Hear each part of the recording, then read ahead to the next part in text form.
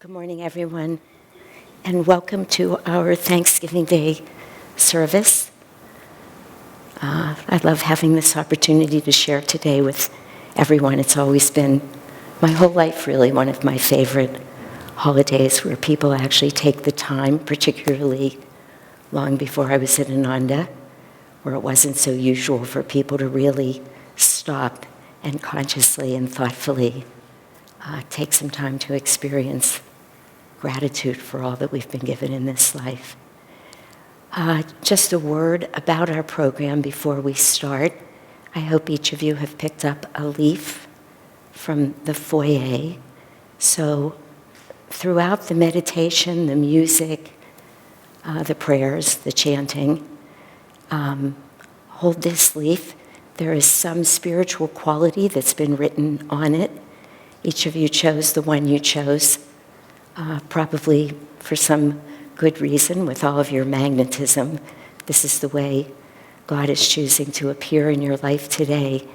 So if you hold on to those leaves with the consciousness of feeling close to the divine, later in our service, there will be an opportunity for you to come up and offer those leaves onto the altar, along with a prayer of your choosing. And then at some point we will take them, and we have a wonderful habit now of turning them into mulch, which goes either into our farm or into some of the beautiful gardens that you see around here. The rest of the service should be clear as we go. We'll start with a prayer and music and chanting, as we always do. We will probably meditate for 35 or 40 minutes. If it gets too hard, I'm looking around and just seeing a few younger people, maybe even a few older people who are not used to sitting. Please feel free to just quietly stand up, and you can walk around out in the foyer or maybe lend a hand in the yoga studio, whatever you need to do if the sitting gets too difficult. We just ask that if you come and go, that you do so consciously and quietly. So let's begin with a prayer. Heavenly Father, Divine Mother, friend, beloved God, Jesus Christ, Babaji Krishna, Lahiri Mahashaya, Swami Shri Yukteswar, our beloved Guru Deva, Paramhansa Yogananda, saints of all religions, our dear friend, guide, and teacher, Swami Kriyananda. We humbly bow before all of you. Divine Mother, great masters, be with us this morning as we offer our thanks to you, the giver, behind all that we receive. Help us to remember that everything that comes to us in life comes as an opportunity for our own spiritual growth. Om. Peace. Amen. Lord Most High, our Heavenly Father, all our lives we dedicate to Thee, all our labors, all our joys and woes, all our pleasure, all our melody. Make us each a channel of Thy peace. When in darkness, guide us from above. Where there's sorrow, may we sow Thy joy. Where there's hatred, may we share Thy love. Lord Most High, our Heavenly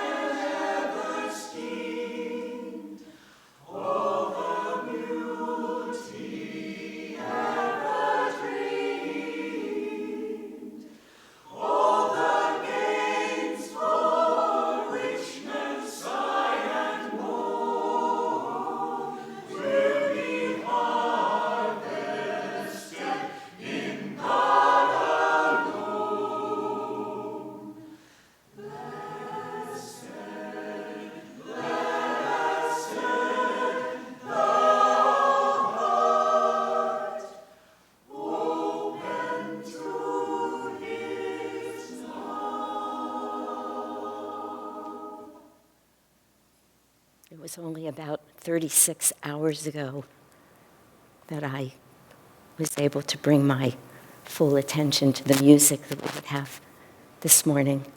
So it's both a miracle and a great blessing that the choir was able to show up with that beautiful music as they did. They were not given a lot of time to rehearse or prepare. In the last couple of weeks, I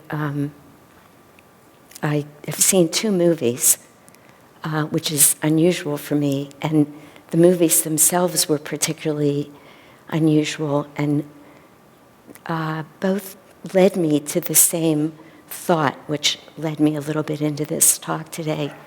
The first movie that I saw was called Trumbo, and I don't know who's seen it, and I'm not going to tell you a whole lot about the movie. These are both true stories, by the way, and both excellent films.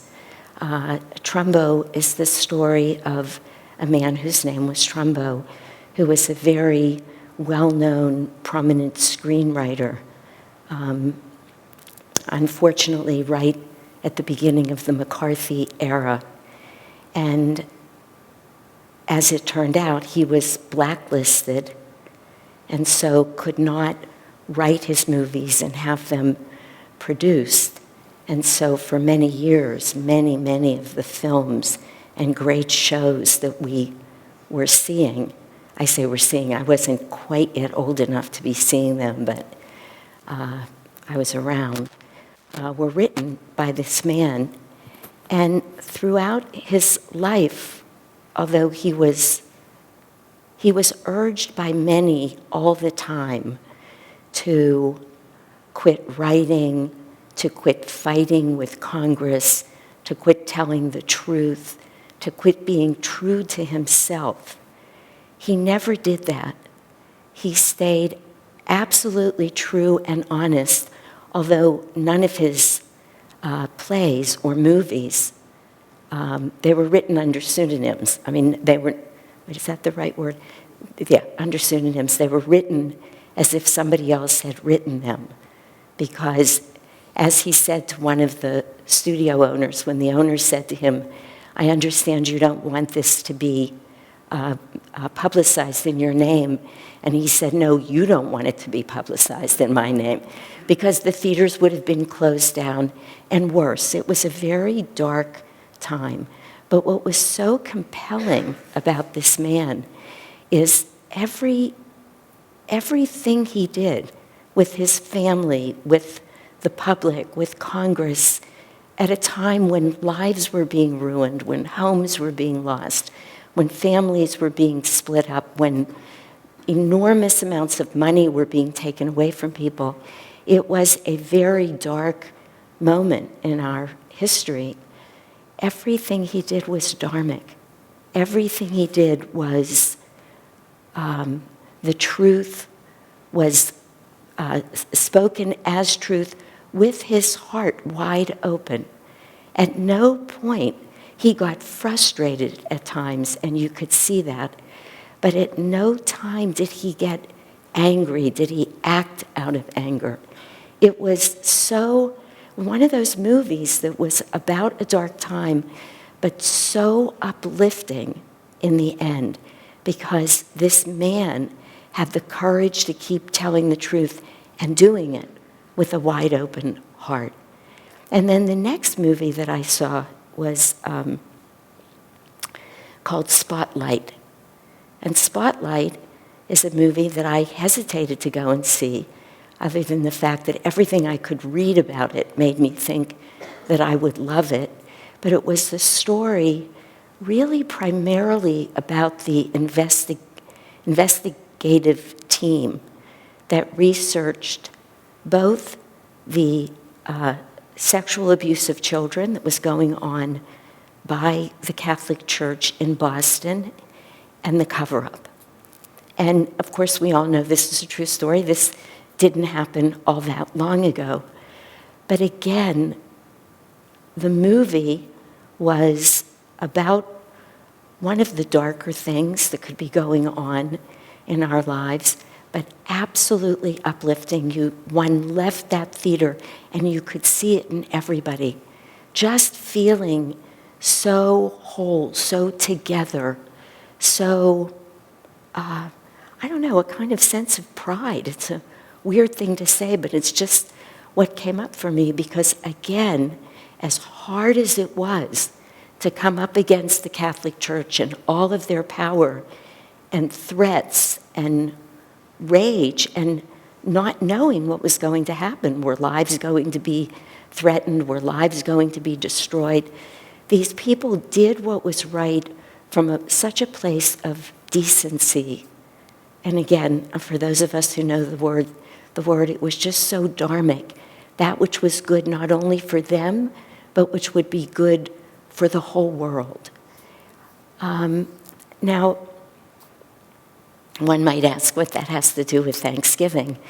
But I came out of those movies, interestingly, and I say interestingly because Asha spoke to this a little bit on Sunday, but as we all know, and she has said to me before when I say to her, wow, I gave a class on Saturday and said some of the things you said, and in fact even used the same words.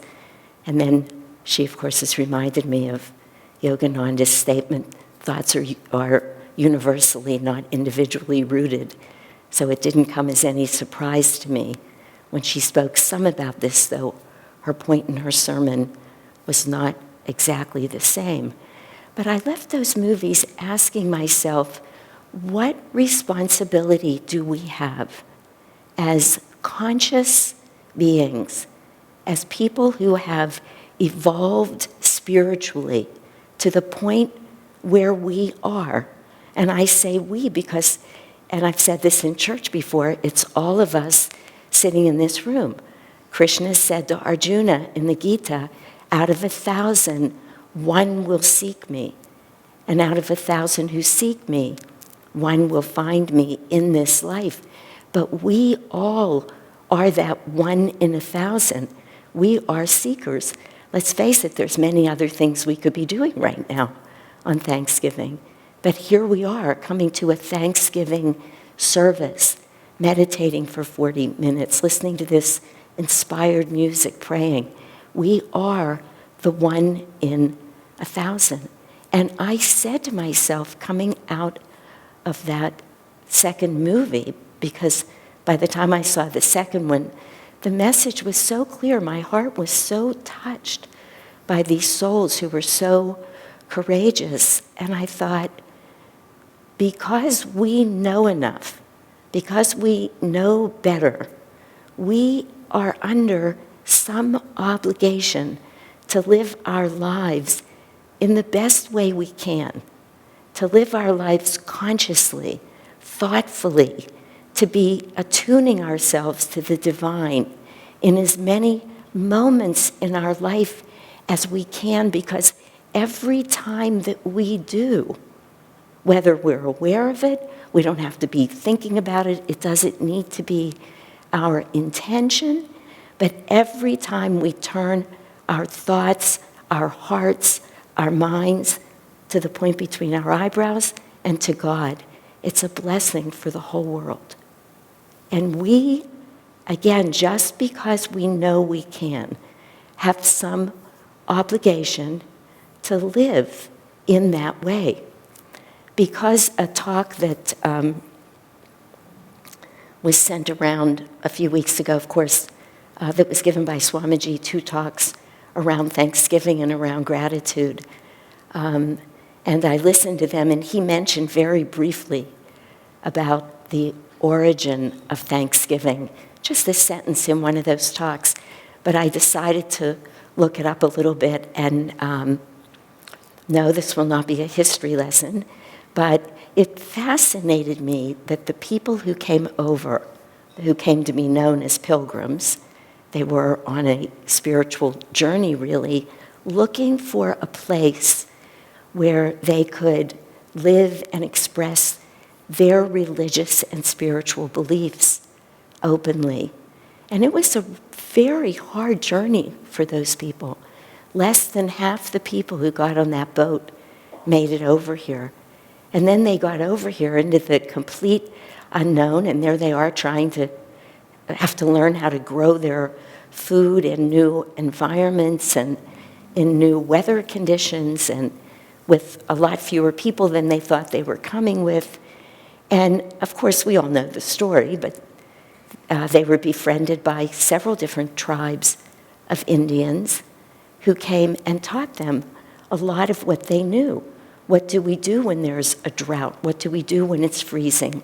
How do we keep our fields in a place where they can keep growing crops, where we're not depleting them?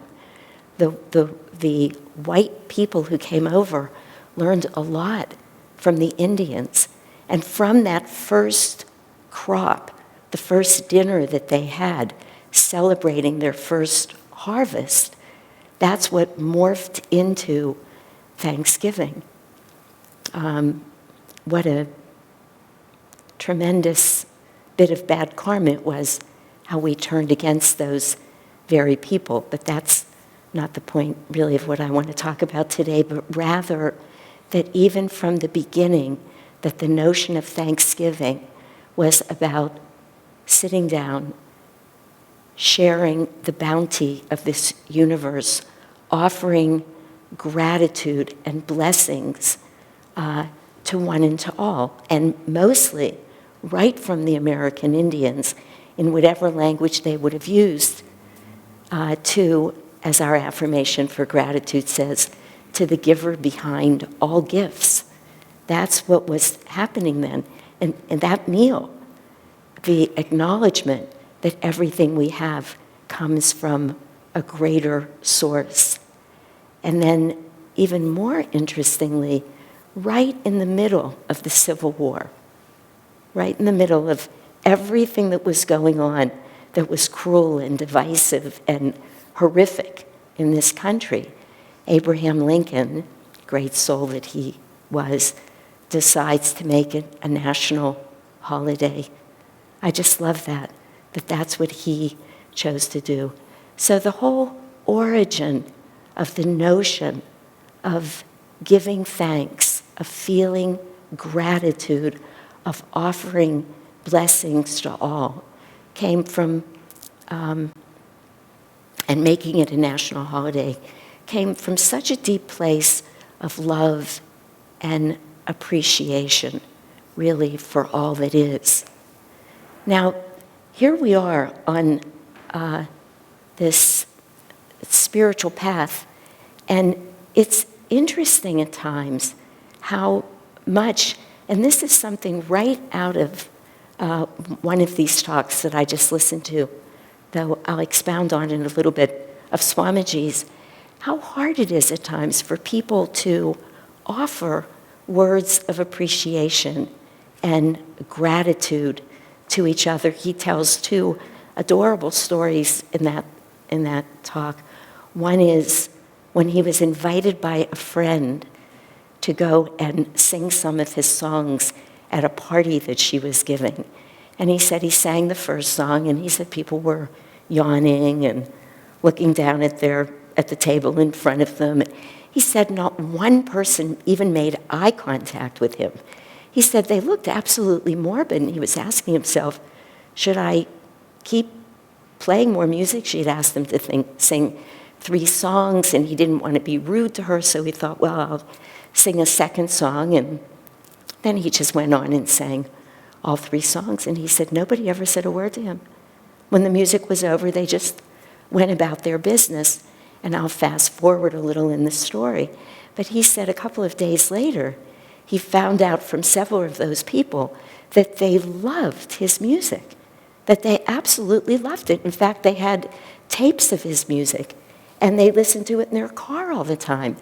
And he was reflecting in this talk on why it is that we don't express appreciation and gratitude more. And then he told a story on himself about when he was a monk still living with Master. There was another monk, a man who was even younger than him, who he admired greatly. He thought he was a very great soul and would be one of the great ones living with Master. But it came back to Swamiji, Swami Kriyananda, that that young man was shocked when his sister told him, "Oh, Swami Kriyananda just thinks the world of you." And he said, "Really?"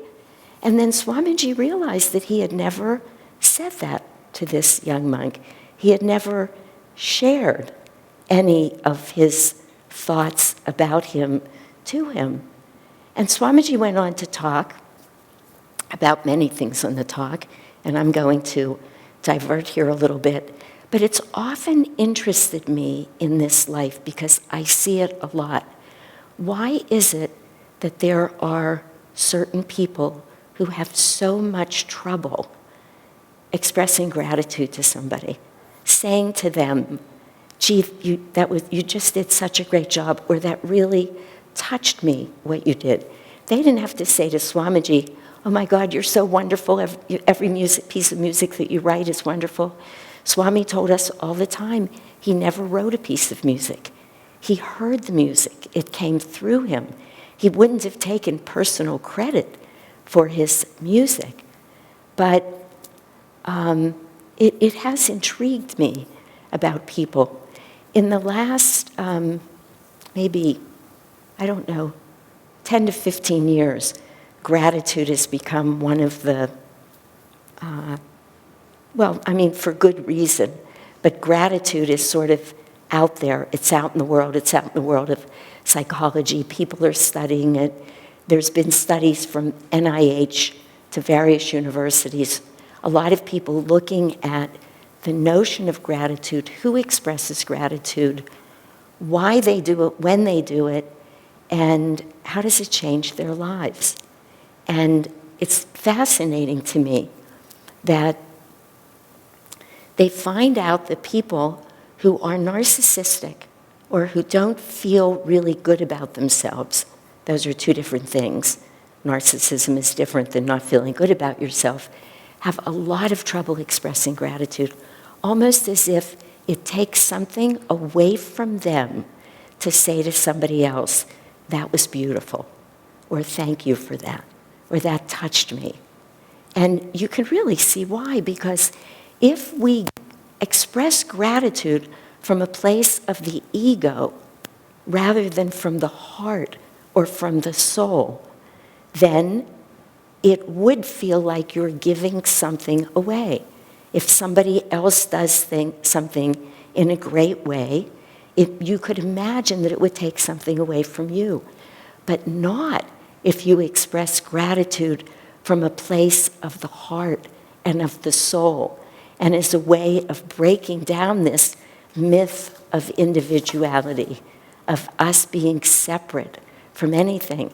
Then it is what we say often, God thanking God. But what these studies have shown that is so remarkable is that if you ask people, even for 1 month, to write one thing that they're grateful for every morning, every study has shown this.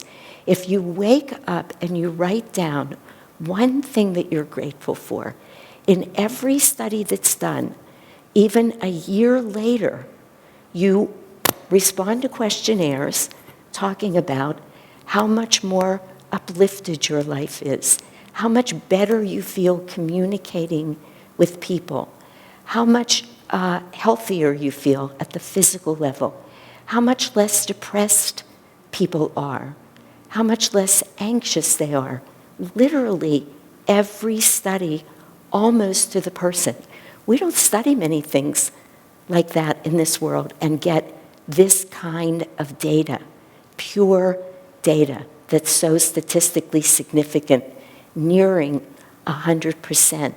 And what do they find? Of course, what the saints and sages have been telling us forever, that if we express gratitude, if we open our hearts, that we begin to feel a connection with all that is in the universe. People say this. They say suddenly they looked at flowers in their garden differently, that they could appreciate another person's experience in the world in ways that they never could before, that everything in their lives, they say this. This is now, again, maybe many of us sitting in this room didn't need the studies, but now they're there. And just how wonderful, basically saying, though they didn't say it in these words, that their worlds turned from black and white to color. That's what they said. Everything got better. Now, Swami makes an interesting point that we're so worried about being ego-centered on the spiritual path. We're so concerned about it that we might hear ourselves if we go to compliment somebody or offer some of these words, and a lot depends on our intention. But many, many times I've heard people say, oh no, we can't do that, then we're just helping them think more of themselves. We don't want to do that. What they do with it could be their problem, where you're coming from and what you mean by it and how it will serve you is the decision that you get to make, that we all get to make. I love saying to people, that was so beautiful. I love saying to people, that touched me deeply.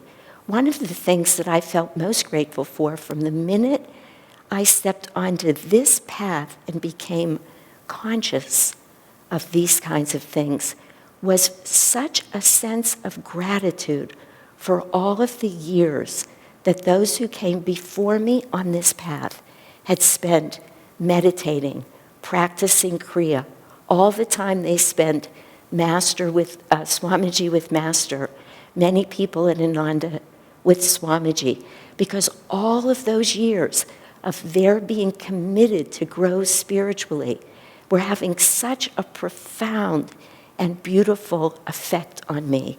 It was lifting me up. Why else do we talk about satsang, about spending time with like-minded, like-spirited souls?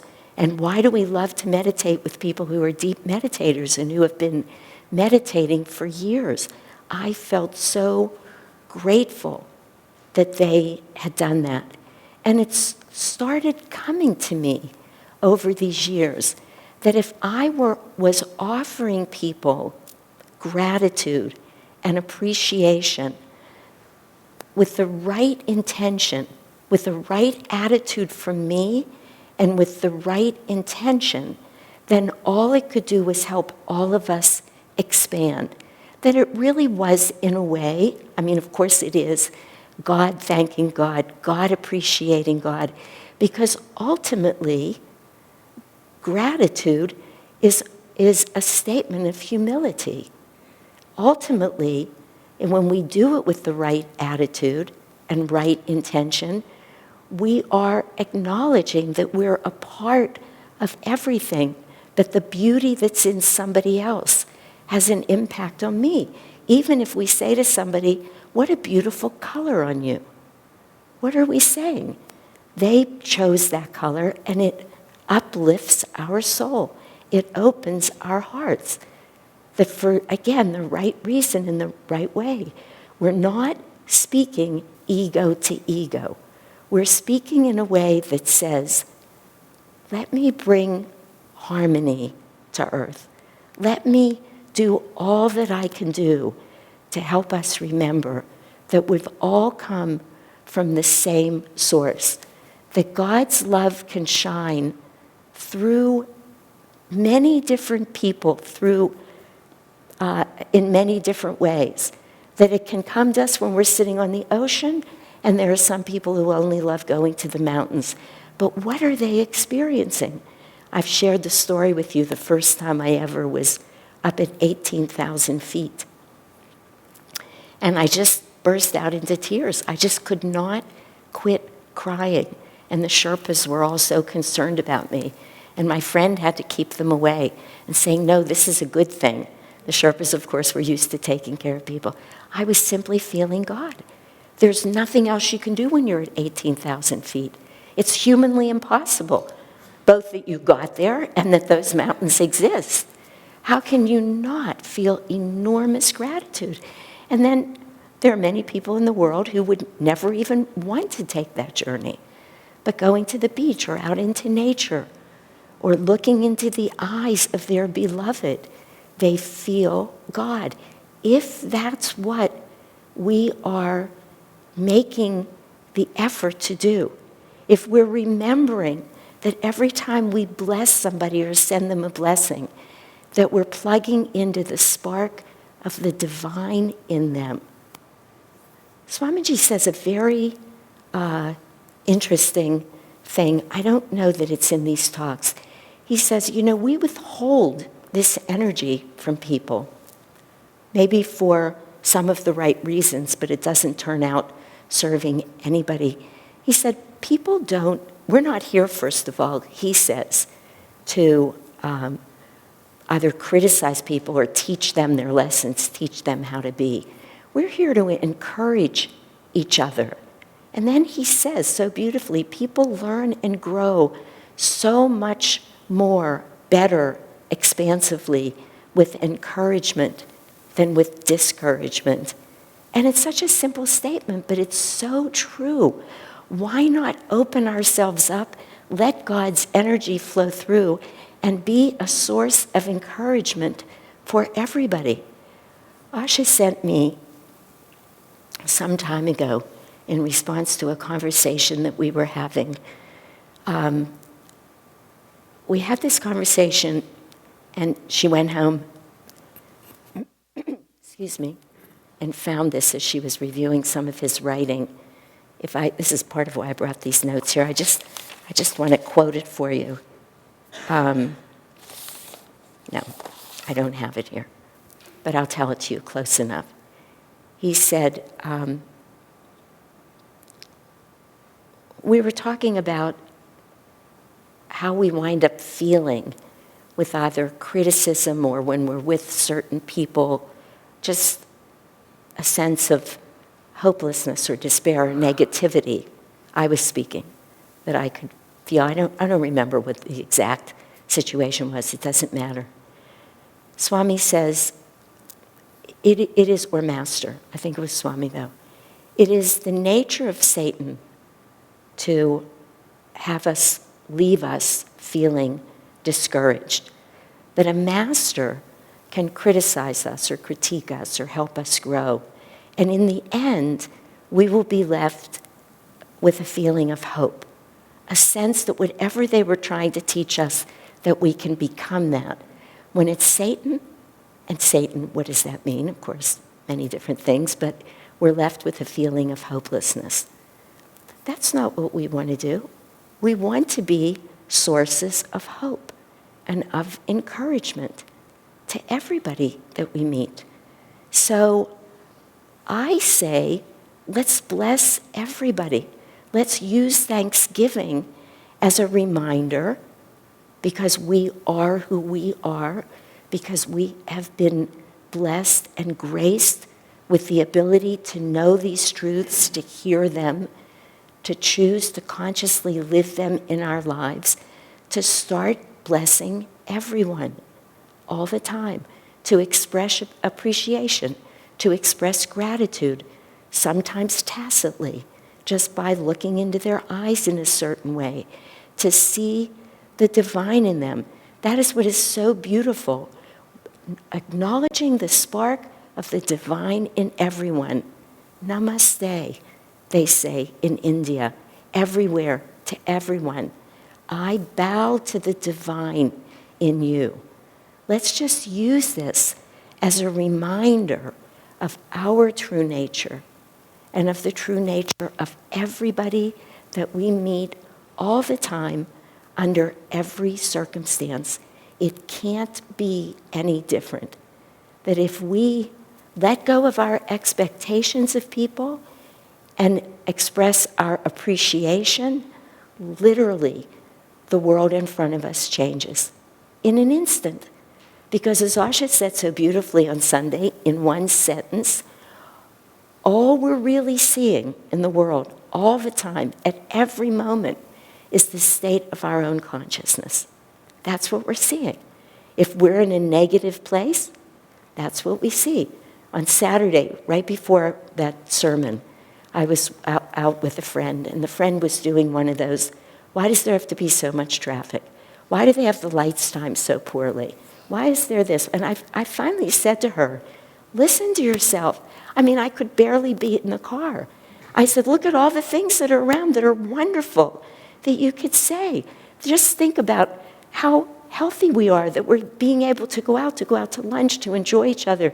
There are so many things to be grateful for in this moment. If you want to see everything that's wrong, that is what you'll see. The minute we decide to see what is right, to uplift our consciousness, everything becomes beautiful. The minute that we let go of our expectations and experience our appreciation, the world as we know it and see it changes in that very instant. So here we come to Thanksgiving every year. Nothing more than a reminder to give thanks to the giver behind all gifts, and to do that in everyone and everything that we see. Namaste.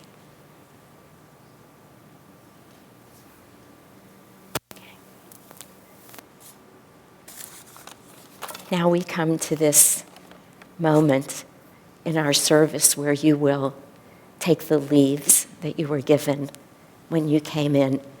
You know, these, we call them the 8 manifestations of the divine.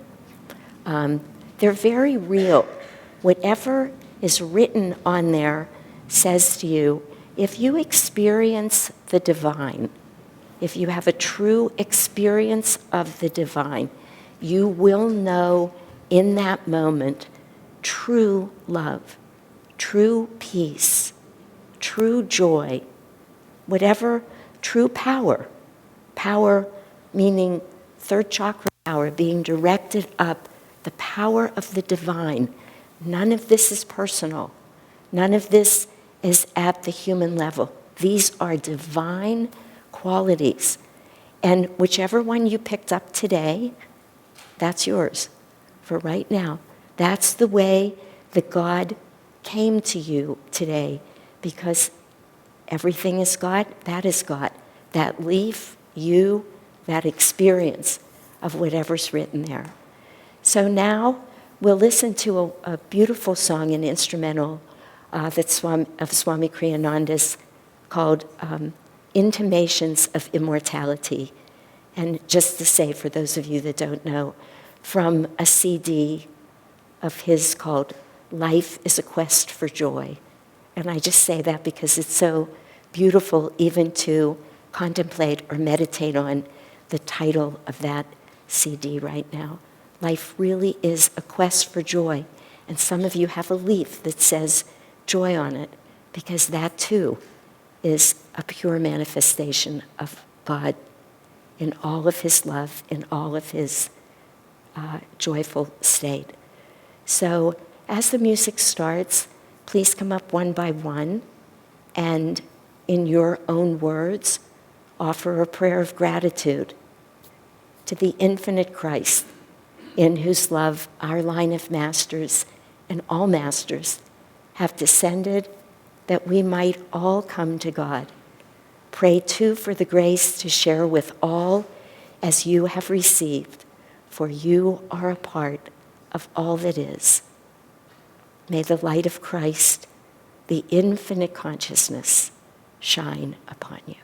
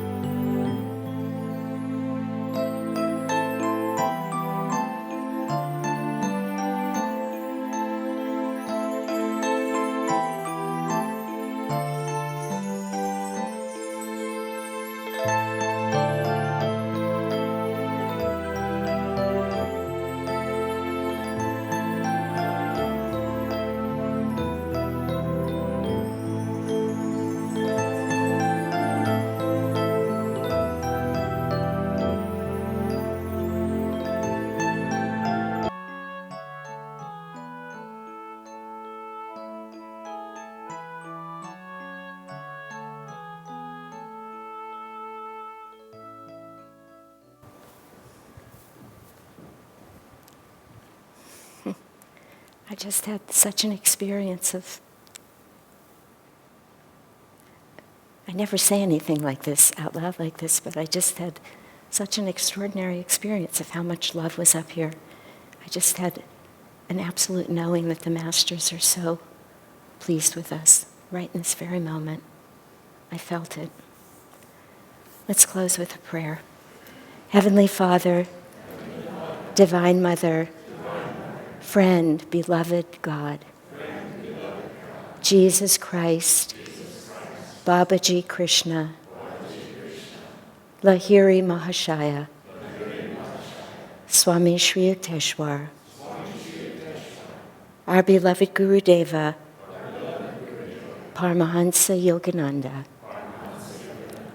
saints of all religions, Swami Kriyananda, we humbly bow before all of you. Divine Mother, we give thanks again and again